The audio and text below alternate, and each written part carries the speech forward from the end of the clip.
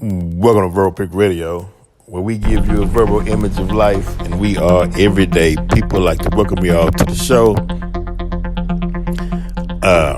Wow, man, it's been crazy ever since the shooting in Pittsburgh, Pennsylvania, in a small suburban area titled Squirrel Hill, where 11 people were shut down at a synagogue. 11 Jewish people.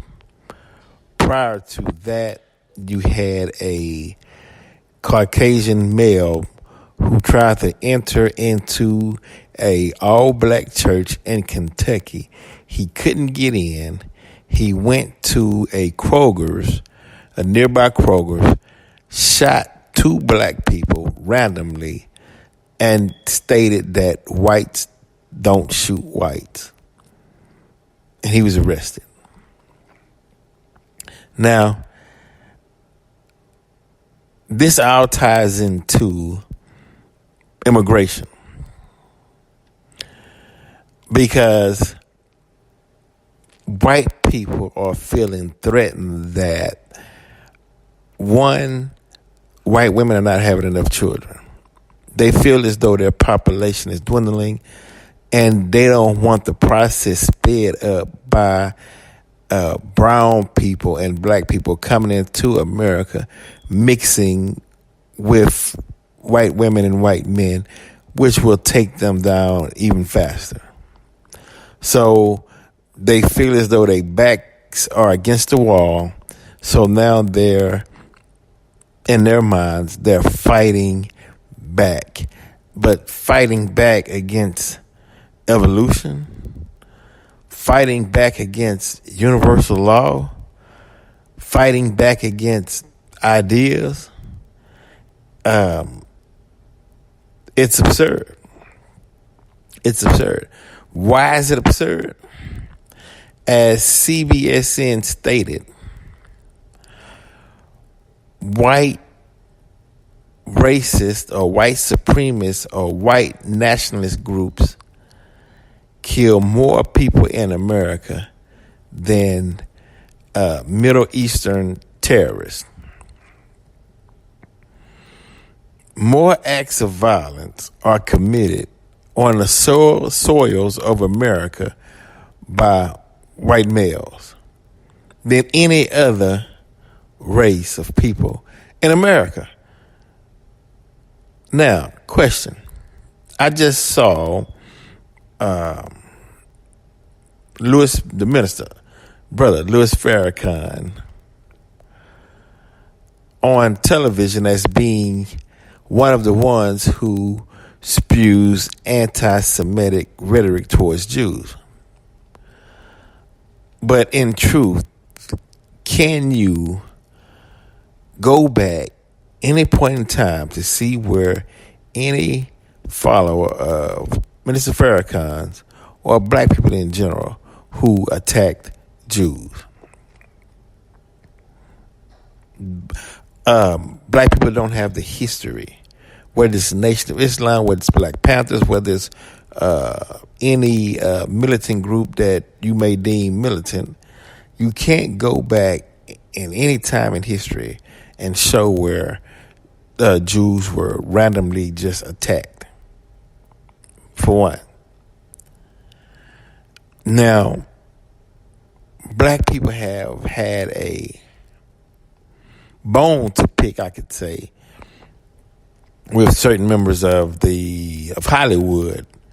For one, creating blackface and creating a stereotype of black people in which all of America picked up on that stereotype and acted that stereotype out as if it was true, or that was the characteristics of black people. And that stereotype became so prevalent to where some black people started acting like the stereotype which was created in Hollywood. And why is the question? Why is the question? Why would black people be considered in some other races' literature as the curse or a curse of Ham.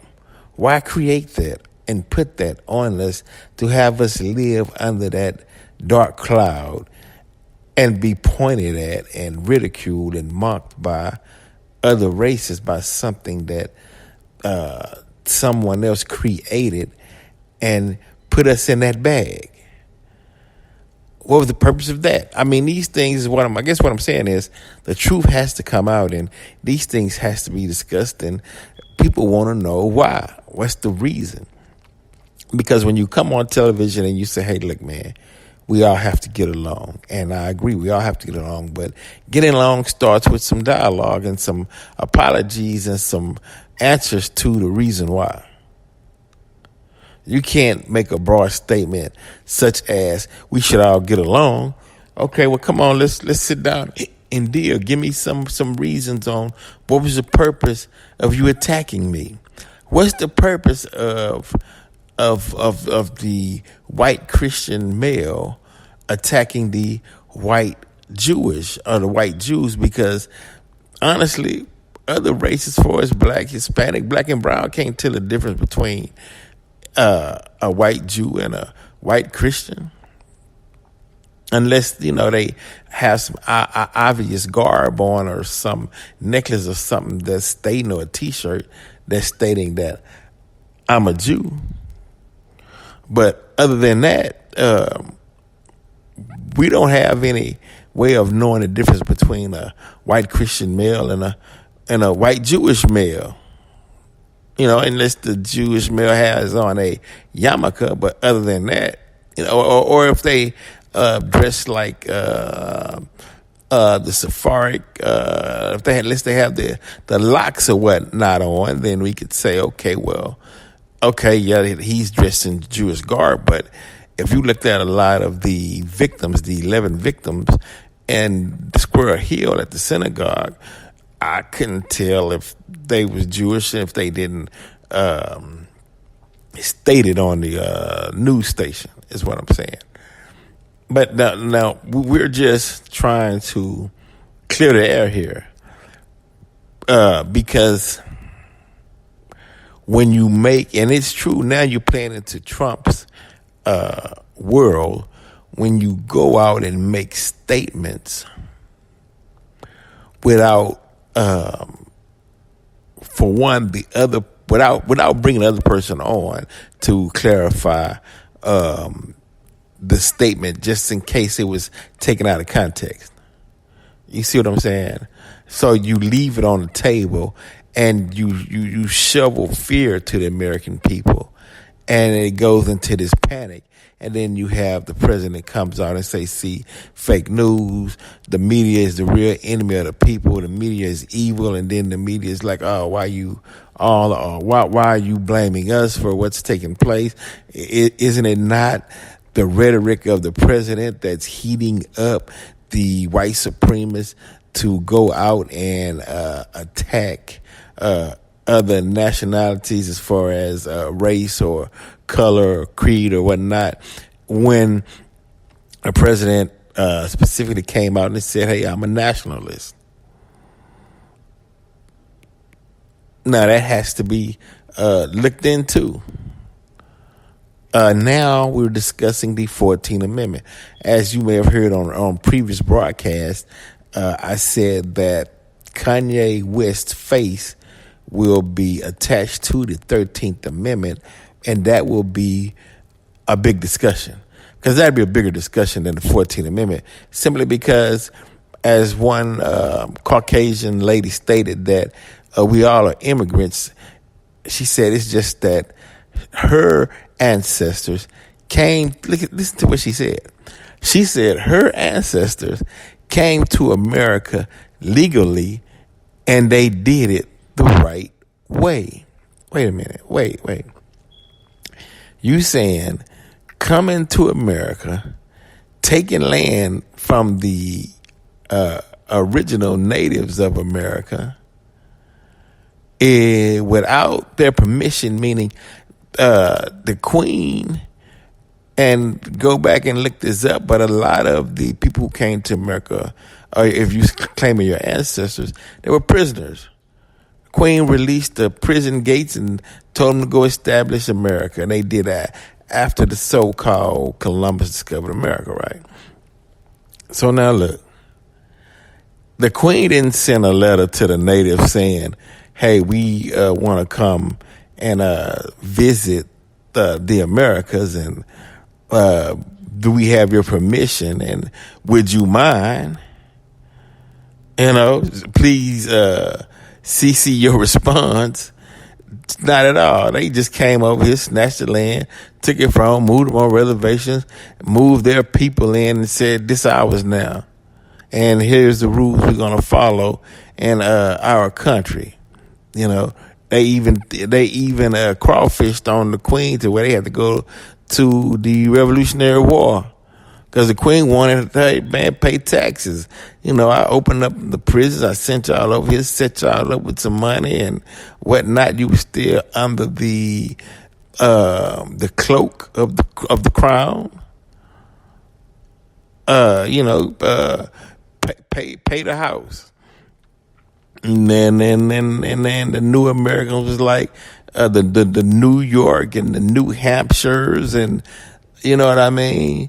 The New England was like, nah, we not really dealing with the old, so I think we're not gonna send you our money anymore. As a matter of fact, we tired of your soldiers being over here. We'll create our own army, and why don't you just head on back to England? You know what I mean? Going back to Europe. We got it covered over here. And established what you see now today as America. And you think we're not going to make it? I tell you what, we'll